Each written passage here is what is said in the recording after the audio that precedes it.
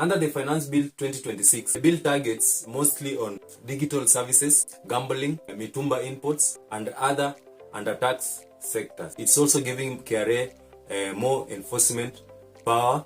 It means KRA will now maybe come with a new way or strict way of actually making sure that the taxpayers wanna comply na tax payment. It targets shorter tax filing deadlines or timelines, and also tax changes affecting businesses, consumers, and investors. What's up, everyone? Welcome to Jayuga Reports, and today I want us to look at the Finance Bill 2026. First, let's look at the introduction on what the Finance Bill 2026 focused on. The Finance Bill 2026 mainly focuses on raising government revenue through wider tax collection, stricter compliance, and tax administration changes. Let's start with the proposal on agency notices in the Finance Bill 2026. For those who may not understand, an agency notice is an order sent by KRA to banks or financial institutions, ordering them to either freeze taxpayers' money or transfer the taxpayers' money from their account to KRA in order to recover unpaid tax. Now, under this proposal, KRA will be allowed to issue agency notices even if a taxpayer has an appeal tax bill, and that will happen even if the case is still ongoing. KRA has that power to order any financial institution. This may affect businesses that operates on a daily cash flow.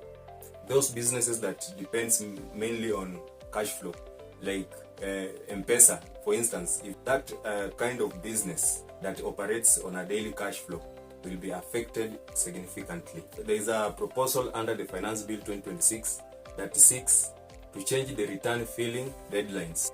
Normal returns will now be filed by 30th April instead of 30th June as it has been. Nil returns must be filed by 31st January of each year. Filing is now aligned with tax payment deadline. It gives taxpayers less time to prepare the returns. The time has been reduced to April of each year. For example, a business that used to file its return on June 30th, they will now have to start filing their returns by April, putting more pressure on preparation time. A new proposal under the Finance Bill 2026 that seeks to tax undistributed company profits. The proposal says that KRA can assume up to 60% of a private company's profits. For example, if a company makes 10 million shillings profit but keeps it for expansion, KRA may still treat 6 million shillings of that as distributed and tax it as dividend income. There is also a new proposal under the Finance Bill 2026 that seeks to change how VAT invoices are issued and how VAT invoices are used. VAT invoices rule will apply to anyone making taxable sales, not only VAT registered businesses. VAT can only be shown when there is a real taxable transactions. Let's compare today and the changes. Today, only VAT registered businesses issue VAT invoices. Small traders avoid VAT invoices by saying they are not registered. Any business making a taxable sale must follow VAT invoice rules. That's the change that is being proposed. And VAT can only be shown on real taxable sales. Let me give you an example.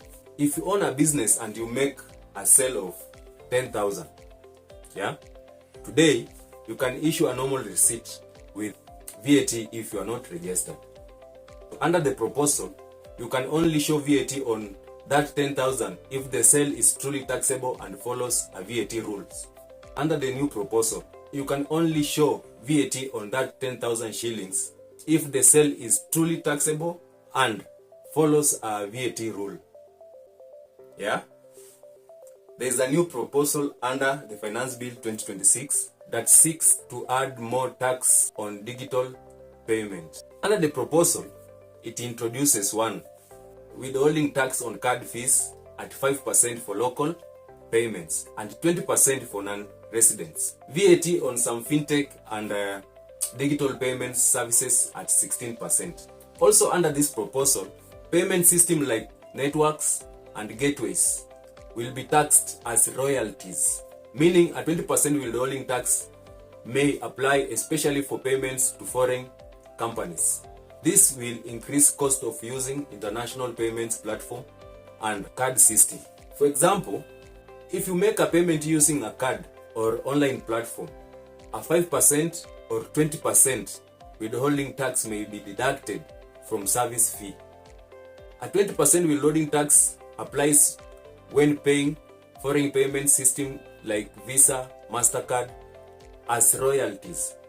16% VAT may apply to some digital payment services. That's what the proposal says. Like 5% or 20% withholding tax may be deducted from service fee, and a 20% withholding tax applies when paying foreign payment system like Visa or MasterCard as loyalties. Then a 16% VAT may apply to some digital payment services. There's a new proposal under the Finance Bill 2026 that seeks to change tax on dividend paid to East Africa community citizens. A 5% reduced rate will be removed and replaced with 15% withholding tax. This means higher tax on dividends for East Africa community investors. There is a new proposal under the Finance Bill 2026 that seeks to change rules on interest for lending and leasing businesses. The proposal says these businesses will not be limited by the 30% rule on interest. If a leasing company pays 10 million shillings in interest but earns 20 million profit, only part of that interest can be deducted under the current rule. Under the new proposal, they can deduct the full 10 million. Pap, wanna deduct, it's gone. Lastly, the bill seeks to tighten reporting rule for virtual assets and service providers. It says crypto exchanges and trading platforms must submit annual reports to KRA showing users and transaction details with the penalties for non-compliance. So if you've been evading to pay tax here and there, forex traders, those people who trade on forex mostly. So if you've been avoiding to pay tax, now KRA is after you. So they are coming after that. So the crypto exchanges and trading platforms, they will be now required to present to KRA their annual reports on users, transaction details, and penalties for those who have not complied. There's a new proposal under the Finance Bill 2026 that seeks to introduce a 25% excise duty on new mobile phones. The proposal says that smartphones and feature phones will attract a 25% tax at the point of activation on a Kenya mobile network. At the point of activate your phone on either Safaricom, Airtel, or any other service provider that is in Kenya, it will attract a 25%. For example, if a new phone worth is 20,000 activated in Kenya, it will attract about 5,000 shillings excise duty before reaching the buyer. That means the price of phones is going to go high. There's a new proposal under the Finance Bill 2026 that seeks to remove VAT on solar batteries, electric buses and motorbikes, dialysis consumables, bioethanol stoves, pharmaceutical and sugarcane inputs, approval PPP, infrastructure projects. Those are the things that the Finance Bill 2026 is proposing to remove VAT on. Under the proposal, these items will become VAT exempt. It means that sellers will not charge the normal 16% VAT to buyers. For example, a solar battery worth 20,000 shillings could become cheaper if the 16% VAT is removed before reaching the buyer. If it's 20,000, then it will be cheaper if the 16% VAT is removed before reaching the buyer. A new proposal under the Finance Bill 2026 that seeks to change VAT bad debt relief rules. The proposal says that the waiting period will increase from 2 years to 3 years before a business can claim a VAT back on unpaid invoices. Example, if a business sells goods worth 100,000 and the customer does not pay, the business must now wait for 3 years instead of 2 years before claiming back the VAT already paid to KRA. The reason behind this proposal is to give KRA more time before processing VAT refund claims and improve control on bad debt relief. However, it may hurt businesses because they will wait longer to recover their money, affecting cash flow. Now, all said and done, before you reject the Finance Bill 2026, before you criticize the Finance Bill 2026, ask yourself, would you rather we fund our own development or we remain slaves to the international monetary funds?